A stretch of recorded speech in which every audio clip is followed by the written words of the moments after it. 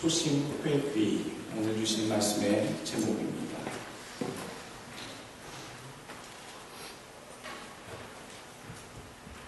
(1517년 10월 31일은 10월의 마지막 밤은 여러분 할로윈데이라 세상에서 얘기합니다만 1517년 10월 31일은요 종교개혁일이라고 우리 기독교사에서는 그렇게 전합니다. 놀라운 기독교의 새로운 정신과 하나님의 뜻을 되찾은 날, 성경으로 돌아간 날, 믿음으로 그 마음을 확정하게 된 것을 확인한 날, 또 은혜로 말미암아 모든 사람은 살 것이다 라고 하는 사실을 확정하게 된 그 종교개혁의 시발점이 됐던 날이 1517년 10월 31일. 많은 사람들이 요즘에도 얘기합니다. 제2의 종교개혁이 일어나야 한다. 첫 번째 종교개혁은 1517년에 일어나는데 그때의 그 사회, 기독교 중세교회가 어떠했느냐. 5세기서부터 16세기에 이르는 1100년 동안 얼마나 기독교가 부패하고 타락하고 세속화되었는지에 대해서 많은 사람들이 통탄하고 가슴 아파하고 이건 아니다, 잘못됐다 라고 회개해야 한다고 부르짖는 소리가 가득했던 때에 종교개혁이 일어났습니다. 그러면 지금은 어떻습니까? 지금 우리의 교회는 어떻습니까? 기복주의에 또는 세속화에 물질주의에 부정과 부패가 교회 내에서도 있고요. 부자 세습한다는 얘기가 목회자가 아버지와 아들 사이에 세습한다라고 하는 것들이 공공연하게 이루어지고 있고요. 물질 비자금과 물질이 잘못 쓰여지는 또 물질을 강요하거나 잘못 쓰여지는 그런 일들이 현재 교회에 만연하고 있는 모습이다. 많은 사람들이 가슴 아파하는 모습이다. 제2의 종교개혁. 오늘 종교개혁주의를 맞이했어요. 우리가 왜 이런 상황들을 듣게 되고 보게 되는지, 무엇을 고쳐야 주님이 기뻐하시는 온전한 교회의 정신으로 되돌아가는지, 그게 단지 교회만의 문제인지 사회의 문제인지 우리에게 얘기하시는 부분은 없는지 시간에 우리가 교훈을 삼는 말씀 선포가 되길 간절히 원합니다. 종교개혁을 얘기할 때 사실 마틴 루터의 종교개혁이라고 얘기합니다. 많은 역사가들이 그 시발점이 되었던 인물을 그렇게 얘기하지요. 그래서 이 종교개혁이 마치 마틴 루터라고 하는 한 위대한 인물이 나서서 그 몇 세기 동안 10세기 이상 지속되어 왔던 중세의 부패함과 타락과 권위에 용감히 맞서 쓴 자 마틴 루터에 대해서 많이 집중을 하게 됩니다. 그런데요, 우리가 역사를 좀 더 알게 돼 보면요, 마틴 루터가 비텐베르크 대학교 내에 있는 교회 성전입니다. 교회당 벽면에 95가지, 95가지의 지금 카톨릭 교회가 잘못하고 있는 면죄부 판매와 또 세속화와 부정부패에 대해서 95가지에 대해서 잘못된 것에 대한 비판 견해를 반박하는 것을 조목조목 써서 그걸 벽면에다 붙입니다. 그 대학교 내에 있는 교회 예배당 벽면에.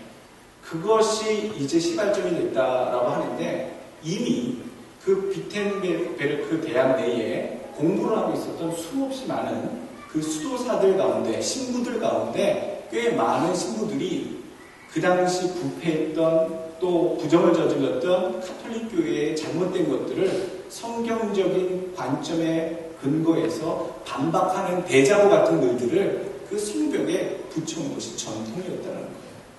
그러니까 그 전 한 달 전에도 몇 개월 전에도 많은 수도사들이 잘못된 부정에 대해서 이것은 성경적이지 않다, 이것은 하나님이 원하시지 않는 것이다 라고 반박문들을 다 붙여왔던 것이 그 예배당 벽면에 붙이는 것이 그 비텐베르크 대학교 내의 학내 전통처럼 그렇게 되어 왔던 것이다.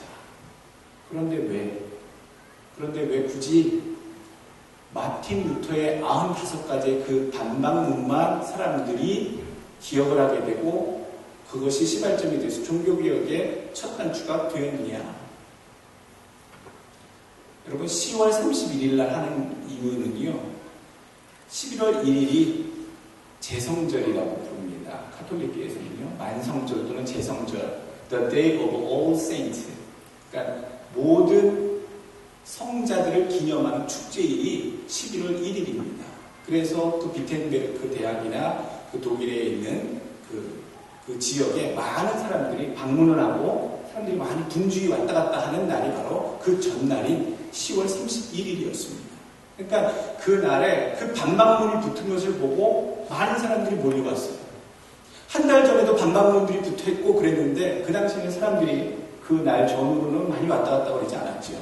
많이 군중들이 모여서 성전 예배당 벽면에 붙은 반박문들을 읽어 그것을 소문에 소문으로 이야기를 나누는 것을 보고 움직인 사람들이 있었습니다. 누군지 아십니까? 인쇄업자들. 독일의 인쇄업이 처음 발달되고 개발되었을 때 바로 그들의 눈에 이 반박문을 금속 활자로 바로 인쇄해서 반포하면 많은 사람들에게 이것들을 읽힐 수 있겠다라고 하는 그 인쇄업자들이 그것에 동의하는 그 마음에 감동받은 인쇄업자들이 그것을 인쇄했고요. 그 반박문이 한 장만 예배당 벽에 붙여 있어야 되는데 그것이 인쇄돼서 2주 만에 독일 전부에 펼쳐졌고 2달 만에 유럽 전부에 퍼졌다라는 얘기예요. 수없이 많은 부정에 대한 잘못된 것을 올바르게 지적하는 글들이 벽에 붙어 있었습니다만 그 인쇄업자들의 덕분에 어떤 의도였는지 모르지만 그들의 손을 통해서 수없이 많은 반박문의 내용들이 독일과 유럽으로 퍼지게 되면서 기독교의 근본 정신 하나님께로 돌아가는 것, 믿음으로 사는 것과 성경으로 돌아가는 것과 오직 은혜로 사는 것에 대해서 많은 사람들이 일깨워지기 시작했다. 종교개혁의 시발점이 되었다. 그렇다면 이 종교개혁을 마틴 루터의 종교개혁이라고 불러야 되겠습니까? 그렇게 부르는 것도 틀린 말씀은 아닙니다. 그렇다면 독일 인쇄업자들의 종교개혁이라고 그렇게 불러야겠습니까? 그것도 아닙니다. 오늘 우리가 봐야 할 것은 하나님께서 때가 되어서 부패하고 썩은 잘못된 길을 걸어가고 있는 하나님의 교회를 되돌리시고 온전케 하시기 위해서 마틴 루터를 사용하셨고 또 그 당시 인쇄업자들을 사용하셔서 하나님께서는 하나님의 종교개혁을 스스로 일으키는 것이라고 우리는 불러야 된다는 얘기죠. 그러니까 종교개혁 그러면 마틴 루터의 종교개혁이 아니라 그 독일 인쇄업자들이 시작한 종교개혁이 아니라 하나님의 종교개혁이라 우리는 그렇게 여겨야 될 줄로 압니다. 하나님께서 마틴 루터를 쓰셨고요. 그 때에 맞춰 있는 이해관계가 맞아떨어진 독일의 인쇄업자들을 사용하셨고요. 그 때에 많이 통행했던 사람들의 마음을 움직이셔서 하나님께서 직접 그의 사람들과 도구를 통해서 종교개혁을 일으키신 것, 이것을 통해 우리는 우리 삶에 적용을 하셔야 됩니다. 하나님이 이 땅에 일그러지고 잘못된 교회들의 모습, 세상의 모습, 부조리와 부패와 죄악에 있는 우리들, 이 세상을 살고 있는 우리들을 통해 하나님의 또한 개혁을 이루어 주옵소서.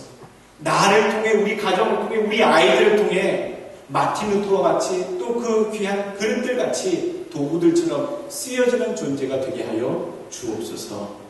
여러분, 우리를 통해 역사하시는 하나님의 종교개혁이 다시 한번 여러분들을 통해 일어날 수 있기를 주의 이름으로 축원합니다.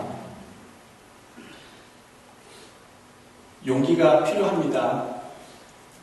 우리가 무슨 힘이 있습니까? 마틴 루터가 감히 로마 전통과 그 세력에 맞설 각오를 하고 처음부터 그랬겠습니까?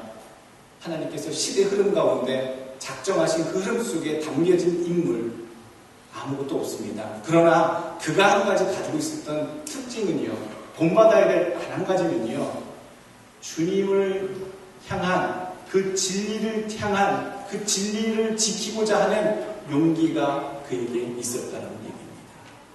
진리 그 자체는 힘이 없습니다. 진리는 그 진리 그 자체입니다. 진리는요, 용기를 만났을 때의 힘을 발휘합니다. 아무리 옳은 것이 있어도요, 옳다고 얘기하는 사람이 없으면 그 진리는 파묻히고 외면당하고 맙니다. 우리가 눈 뜨고 보고 있지 않습니까? 눈앞에 뻔히 사실이 있고 옳은 것이 있는데도 많은 사람들이 그것이 아니다라고 얘기하길 강요하고 모른다라고 얘기하라고 하면 그 권세와 권위와 위협 앞에 얼마나 수없는 사람들이 그 진실을 외면하거나 왜곡된 사실을 그저 옳다고 받아들였습니까? 하나님의 진리는요, 하나님의 뜻은요, 용기 있는 마음, 이 용기는 하나님이 말씀이, 하나님의 진리가 맞습니다 라고 하는 믿음에서 생기는 마음인 줄 압니다. 여러분, 그 용기 있는 믿음을 가지고 하나님의 진리가 이 땅에 선포되고 이루어지도록 사시는 여러분 되시길 주의 이름으로 축원합니다. 무엇이 개혁되어야 하는가? 종교개혁, 다 무슨 공산주의자처럼 이 세상을 다 구테타를 일으키든 뒤엎어야 하는가? 우리가 이런 것을 얘기하는 것이 아닙니다. 무엇이 하나님의 뜻이 담겨져 있어야 하는가? 내 삶에 얼마나 하나님의 뜻에 벗어나 있었는가? 무엇이 개혁의 뜻이 되어야 하는가? 우리가 먼저 이것을 살펴봐야 합니다. 오늘 본문은요, 에스겔의 환상의 이야기입니다. 에스겔서가 다 예언이 서 있지요. 이 에스겔 선지자가 하나님의 선지 활동을 하게 된 때는 포로로 잡혀가기 시작한 때서부터입니다. 597년 2차 포로, 즉 바벨론의 침공을 3번 받았는데 첫 번째, 두 번째, 세 번째 가서는 완전히 멸망당하고 모두 그 유다 왕국이 정복당하죠. 두 번째 침공 때 끌려가서 바벨론에 끌려가고 난 직후서부터 하나님의 예언을 듣고 선지자 사역을 감당하게 됩니다. 33장서부터 에스겔은요, 48장까지 주제가 있어요. 하나님의 이스라엘 백성들의 회복에 대한 이야기를 하고 있습니다. 희망적인 얘기지요. 지금 현재는 끌려가고 있는 상황인데 이스라엘 백성이 회복되는 때에 대한 예언의 환상을 33장서부터 끝장까지 얘기하고 있다. 그런데 오늘 본문의 얘기는 그 중간에 45장에 있는 얘기입니다. 이스라엘이 회복되는 때에 하나님께서 이스라엘에게 원하신 것이 무엇인가? 오늘 그것을 통해 하나님이 개혁이라고 하는 것, 우리 인생 가운데 또는 회복되어야 할 이스라엘 가운데 무엇이 다시 회복되기를 원하시는가? 이것을 우리 함께 찾아보기를 원합니다. 1절서부터 48절까지 보게 되면 1절, 8절까지의 말씀은요, 하나님께서 너희들이 다시 이스라엘 땅을 회복할 때에 땅을 잘 분배하라라고 하는 내용입니다. 어디서 많이 보지 않았습니까? 이스라엘 지파대로, 족속대로 땅을 나누는 일, 그리고 그 땅을 나누는 일 제일 먼저 챙기셨던 일이 하나님께 거룩히 구별되어지는 성전과, 즉 성소가 거할 땅에 대해서 제사장들과 레위인들이 거할 땅에 대해서 먼저 구별하라라고 얘기하고 계십니다. 그 내용이 지금 45장에 나오고 있습니다. 그리고 나서 너희 12지파에 대한 땅을 나눠라. 그리고 또 한 가지 놀라운 사실은 왕에게 벌려질 땅도 너희가 구분하여 그에게 건네주어라 라고 오늘 8절 말씀에 얘기하고 있습니다. 땅을 공평하게 또 제비로 나누어 가져라 라고 얘기했던 것은 민수기에도 나오고요, 레위기에도 나오고요, 또 아모스에도 나옵니다. 그런데 이미 예전에 했던 하나님께서의 말씀을 또다시 하시는 것은요, 우리에게 단 한 가지 일러주시는 교훈이 있는 겁니다. 이전에 하나님이 원하셨던 대로의 뜻을 되돌립니다 라고 하는 뜻입니다. 하나님께서 이스라엘 백성에게 가나안 땅을 주시고 그 땅을 정복해 하시고 정착하게 하셨을 때 각 지파 가운데 가장 먼저 거룩한 땅, 하나님을 모시는 그 땅을 구별하고 나머지 12지파가 나누어서 안착하라고 말씀하셨던 그때처럼 너희가 지금 포로로 끌려가 있는 상황에서 나중에 컴백할 때에, 다시 되돌아올 때에 그와 똑같이 거룩한 하나님의 것을 먼저 구별하고 하나님께 드리고, 그리고 나머지 나누어 가지고 또 왕에 대해서도 그 몫을 너희가 나누어 지키라라고 하는 그 말씀. 여러분, 하나님의 뜻대로 되돌리는 것이 개혁인 줄 여러분 믿으시길 바라겠습니다. 하나님의 뜻, 원래 애초부터 우리에게 뜻하셨던 바, 계획하셨던 바, 얼마나 우리가 그것을 안 이루어드리고 그것을 외면하고 그 뜻대로 살지 않았으며 그대로 행하지 않았음에 대해서 생각해 봐야 되고요. 정말 내 삶에 우리 민족 가운데, 우리 교회 가운데 하나님이 애시당초 처음서부터 간절히 바라셨던 뜻이 무엇일까? 그 뜻대로 되돌리는 것이 우리에게 놓여져 있는 개혁의 내용이다. 하나님이 원하셨던 대로 되돌리는 것, 오늘 본문의 1절, 8절은 신앙적인 부분을 얘기하고 있고요. 또 그 8절에서부터 15절까지는 삶의 부분에 있어서 되돌려야 할 부분에 대해서 얘기하고 계십니다. 무엇을 어떻게 되돌리기를 원하시는가? 첫 번째 1절에서부터 7절, 8절 그 이전까지 하나님께서 원하시는 것은 바로 하나님 뜻대로 되돌리는 것이 무엇이냐? 거룩성의 회복입니다. 하나님의 백성이 그 땅에 다시 되돌아왔을 때에 그 거룩함을 지키며 행하라, 유지하라. 하나님께서는 그걸 원하십니다. 어떻게 거룩하여지느냐?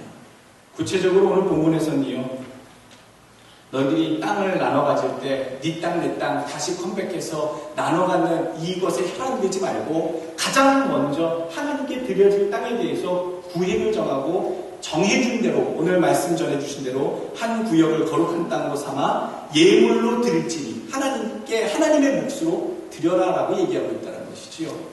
1절에 나오는 예물로 드릴지니에 나와 있는 테루마라고 하는 히브리 단어는요, 세금이라는 뜻입니다. 근데 번역은 예물로 드린다. 그 땅이 원래 누구 땅이라는 얘기입니까? 하나님의 땅. 하나님께서 허락해 주신 땅. 그 땅을 너희들이 다 나눠 갖고 하지만 가장 먼저 하나님의 땅인 것을 알고서 하나님께 예물로 드리라. 마치 하나님의 땅, 당연히 그 세금을 그 백성이 왕께 되돌리듯, 그 군주에게 되돌리듯 하나님께서 하사하신 땅에 대해서 하나님의 백성은 구별하여 하나님의 것으로 드리는 것이 필요하다. 그래서 예물로 그 땅을 드릴지니라 라고 얘기하고 계십니다. 이 드려짐의 모든 것들이 우리는 이제 11주의 정신과도 연결이 되고 우리의 삶에 많은 것들이 다 하나님께로부터 말미암았지만 그 중에 꼭 한 가지만큼은 우리가 원하시는 것만큼은 우리가 구별하여 드릴 수 있어야 되는 것을 우리가 알게 됩니다.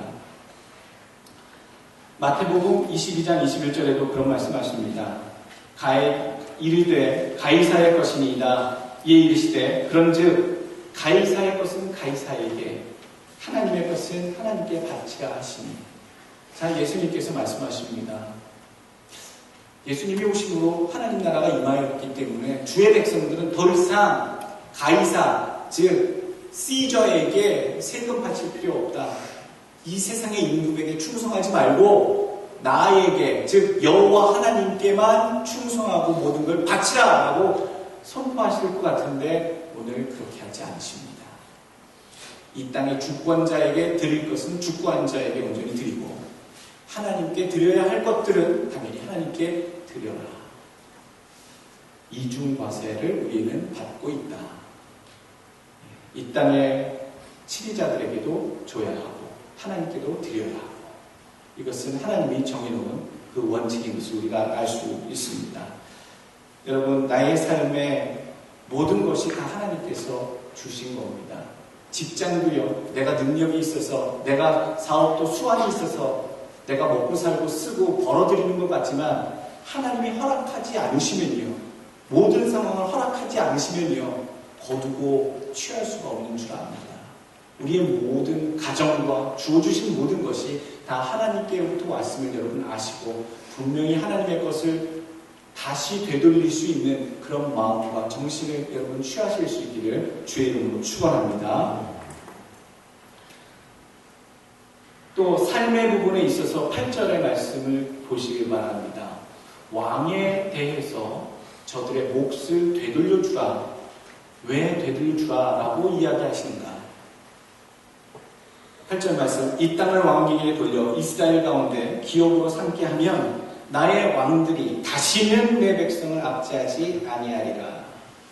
그 나머지 땅은 이스라엘 족속에게 그 지파대로 줄지니라.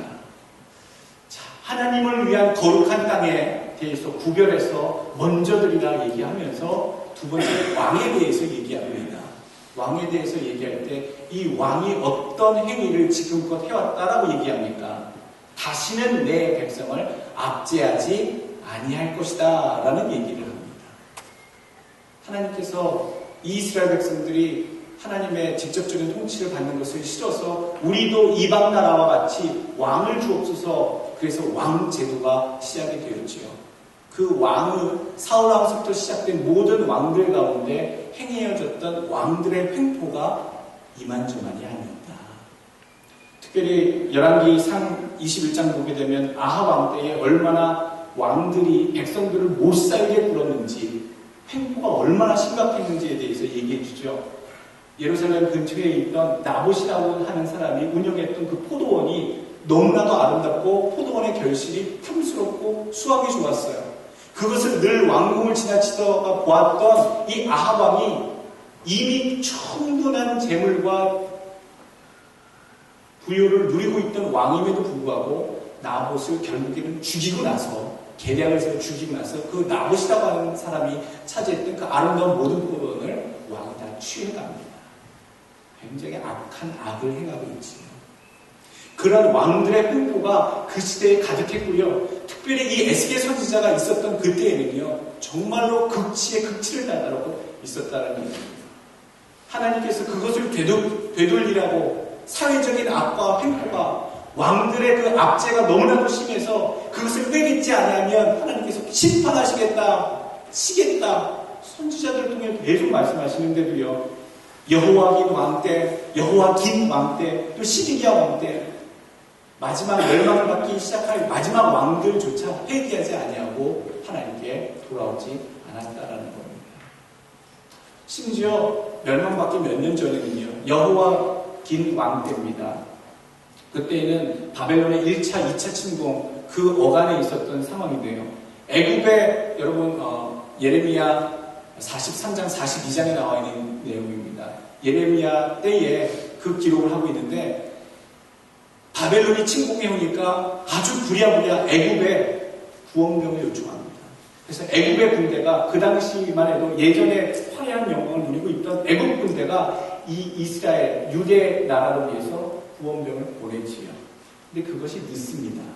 늦으니까 이 여호와김 왕과 왕족들이 무슨 얘기를 하냐면 모든 그들이 갖고 있던 노예들을 다 해방시켜주면서 너희를 해방시켜 줄 터이니 목숨을 걸고 예루살렘 성을 지켜라. 너희에게 모든 자유를 주겠다라고 얘기합니다. 그래서 그들이 가지고 있었던 수없이 많은 그 군사들을 제외한 노예들이요, 목숨을 걸고 예루살렘 성을 막습니다. 버팁니다. 그것 때문에 바벨론의 군대가 소강 상태에 빠지고요, 나중에는 잠시 철군을 하게 됩니다. 그 사이에 이 애굽의 이집트의 원정군이 도착을 하지요. 얼마나 숨통이 트였는지, 얼마나 환호했는지, 여호와김과 그 왕족들이 기쁨도 잠시 자유케 해줬던 모든 노예들을 다시 다 노예화시킵니다. 그리고 반항하는 노예들을 죽여버립니다. 얼마나 이것이 악합니까? 얼마나 사람을 이용해먹고 노예들을 정말 그렇게 배약하면서 목숨을 걸고 싸웠던 그 노예들, 살아남은 노예들을 다시 다 재노예화시킨 이것에 대해서 예레미야가 지적을 합니다. 그런 포악과 횡포를 왕과 왕족들이 하나님의 심판의 마지막에 위급한 상황에 하나님이 두고 보고 계시는 그 상황에도 행악을 저지르고 있었다는 얘기입니다. 고치지 않았다는 얘기입니다.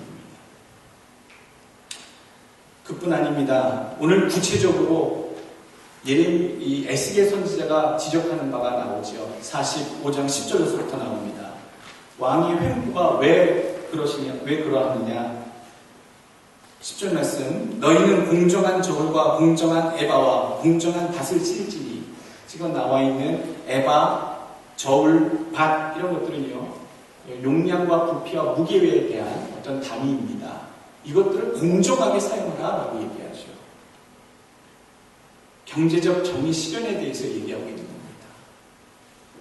속이는 저울, 잘못된 도량력, 알면서도 그것을 이용해서 많은 서민들에게, 백성들에게 잘못된 그런 중과세, 어려운 것들을 걷어내므로 많은 백성들이 경제적인 핍박 가운데 놓여 있었다라는 얘기입니다.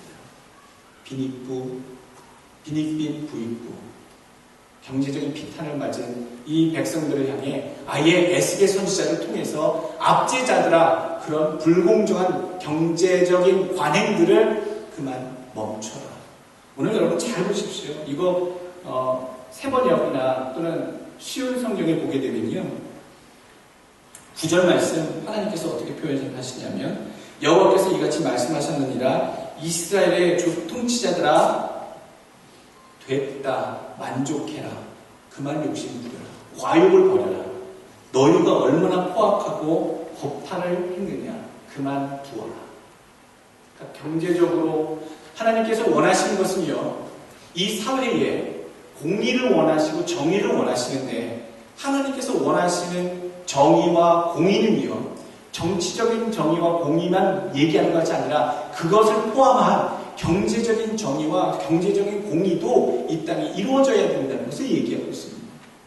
정치적인 것과 경제적인 것과 삶을 통과하는 모든 것들이 하나님의 공정하신 뜻 가운데 회복되고 하나님의 뜻대로 이 땅에서도 이루어지는 것, 그것을 가는 것이 계획이다라는 얘기죠. 살다 보면 참 어려운 것이 많습니다. 세상에 얼마나 포악해지고 욕심을 부리고 이런 가벨 횡포가 이 세상에 만연해 있는지, 여러분 고쳐야 될 것들 누가 고쳐야 됩니까?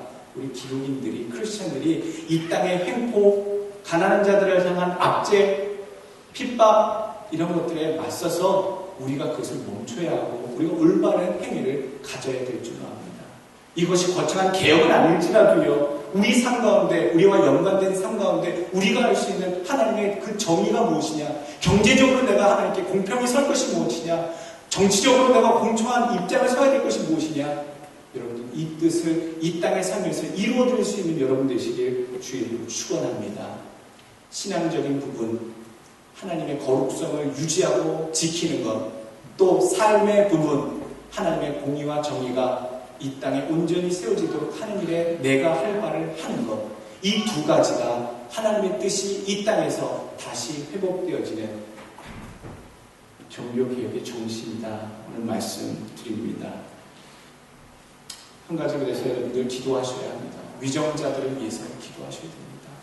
우리가 할 것은요, 이미 뽑힌 권세를 하나님께서 위탁하신 그 권세자들을 위해서 하나님, 저 위정자, 저 왕이, 저 대통령이 온전한 정치를 할 수 있게, 온전한 경제활동을 주선할 수 있도록, 하나님 올바른 정치를, 살림을 나갈 수 있도록, 행사할 수 있도록 주여 도와주시옵소서. 압제하는 왕이 되지 않고 또 핍박하는 왕이 되지 않고 하나님을 대적하는 왕, 그런 지도자가 되지 않도록 하나님 도와주옵소서. 우리가 이런 기도가 그래서 필요합니다. 탐욕에 빠지지 아니하고 판단이 흐려지지 아니하고 많은 몰입애들의 잘못된 길에 휘둘리지 아니하는 그런 지도자가 되게 하여 주옵소서. 여러분 이런 기도 잊지 않고 해주시길 부탁드립니다. 그래서 오늘 우리가 또 해야 할 것은 이 세상에서도 백성된 자로서의 정의와 성실의 의무를 다하실 수 있는 여러분 되시길 주의 이름으로 축원합니다. 탈세하지 마십시오. 있는 그대로. 남는 것이 없어도 그냥 그대로 나라에게 드릴 것을 드리십시오. 우리가 12조를 온전한 11조를 통해서 하나님의 것을 온전히 되돌린다고 하는 신앙적인 측면이 있다면 이 세상에서는 세상 주관자가 받아야 할 몫을 온전히 드리는 것도 우리의 해야 할 몫인 줄 압니다. 하나님께서 세우실 뜻대로 이 땅에 이루어질 수 있도록 여러분 힘쓰시길 주의 이름으로 축원합니다. 종교개혁의 이 정신, 하나님 뜻대로 원하시는 것 되돌리는 것이다 라고 말씀드렸습니다. 이제 한 가지 더 기억하셔야 될 두 번째는요, 주님을 향한 처음 사랑을 잊지 않도록 하셔야 됩니다. 어떤 마음인지 아십니까? 주님을 향한 처음 사랑, 첫사랑, 초심, 초심으로 돌아가셔야 합니다. 알면서요, 왜 못하느냐? 우리가 잘못된 걸 압니다. 봅니다. 듣습니다. 그러면서도 못하는 것은 우리의 마음이 예전 같지가 않다라는 겁니다. 불의를 보고도, 잘못된 것을 보고도 쉽게 그것을 보고 달려들지 못하는 것은요, 우리의 마음이 그만큼 뜨겁지 않기 때문이다라는 얘기입니다. 초심으로 돌아가는 것이 개혁입니다. 초심으로 회개하는 것이 개혁입니다. 첫사랑을 잊지 마십시오. 남자분들 첫사랑을 잊지 마십시오라는 얘기가 아닙니다. 남자는 왜 세상 말로 첫사랑은 못 잊는다고 그러는데요. 그 첫사랑을 잊으셔도 됩니다. 저도 노력합니다. 그런데 오늘 첫사랑을 잊지 말 것은요, 이건 남자나 여자나 남녀노소 잊지 말아야 될 첫사랑이 있어요. 주님을 향해 가지고 있었던, 내가 주님을 처음 믿을 때의 그 뜨거웠던 마음, 감동받았던 그 열정, 그 감정, 그것을 잊지 마셔야 된다는 얘기입니다. 내가 주 앞에 내 삶을 되돌리고 거룩함을 유지하고 지키며 이 땅에서 하나님의 공의와 정의가 다시 살게끔 할 수 있게 해주는 원동력은요, 주님을 향해 가지고 있었던 그 초심, 처음 가졌던 주님을 향한 열정과 사랑, 이거 없이는 불가능하다라는 얘기. 여러분 마음속에 뜨거움이 있습니까?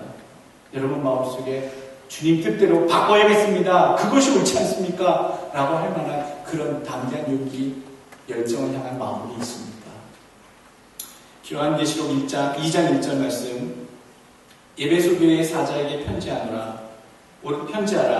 오른손에 있는 7뼈를 붙잡고 7 금초대 사이를 거니시는 이가 가라사대, 내가 네 행위와 수고와 내 인내를 알고 또 악한 자들을 용납하지 아니하는 것과 자칭 사도라 하되 아닌 자들을 시험하여 그 외에 거짓된 것을 네가 드러낸 것과 네가 참고 내 이름을 위하여 견디고 게으르지 아니하는 것을 아노라.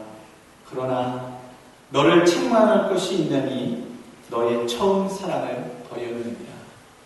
얼마나 수고했다고 칭찬 들었습니까? 얼마나 애썼다고 지금 칭찬 들었습니까? 그런데 한 가지 책망이 있는데, 처음에 가지고 있던 그 사랑을 버렸다라고 얘기합니다. 5절 말씀, 그러므로 어디서 떨어진 것을 생각하고 회개하여 처음 행위를 가지라. 만일 그러하지 아니하면, 회개하지 아니하면 내가 네게 가서 내 촛대를 그 자리에서 옮기리라. 우리 마음속에 예수님을 향한 불같은 마음 다시 심겨달라고 기도하시길 바라겠습니다. 주님을 향한 신앙적인 부분, 세상에 살면서 또 지켜야 할 그런 부분, 주님을 향해 품었던 그 뜨거운 초지의 마음, 초지 일관하실 수 있는 믿음, 나의 삶을 통해 새로운 변화와 개혁이 내 가정에, 우리 교회에, 여러분들 삶에 나타나시길 주의 이름으로 축원합니다.